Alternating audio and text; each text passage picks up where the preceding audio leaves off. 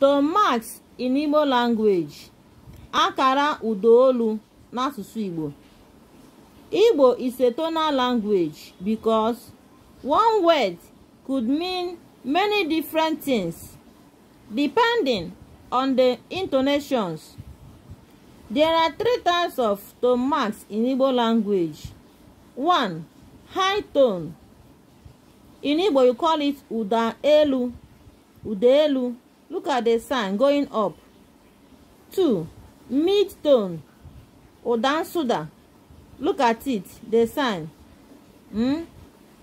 Number 3. Low tone. Odala. Look at the sign going down. Remember, only vowels bears the tonal marks. Note, me and ni in Yorudume are pronounced like vowel. Ihe anyị na-akọwa bụ na abịa n'Igbo na akara udaolu na ha dị ịtọ. A na-ekwuru si na abịa na asụsụ Igbo n'otu okwu nwere ike ịpụta ihe dịka ụzọ okwu 3 maọbụ 4 dịka isi kpọọ ha.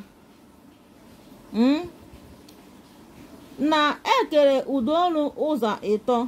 Nke mbụ bụ udaelu, high tone, udansụda, mid tone, ụdaala, low tone. Ị ga-ahụcha ejimara ha akara ha. Ekwuo si na ọ bụ sọsọ na ụda ume ka a na-etinye udaolu dịka a ga-ahụ ya ebe a. Egg,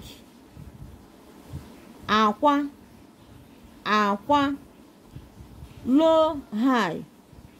Bed, akwa, akwa, low low. Cloth, akwa, akwa, high low. Cry, akwa, high high. You will see that it is only on the vowels that the tone marks are being placed upon. You will not put it in consonant. Ị gaghị etinye akara udaolu a na mgbochi ume. Ọ bụ sọsọ na ụda ume ka ị ga-etinye ya. Ngwa tụsara anyị ihe ozizi a ndị nke m. Ka emesienụ.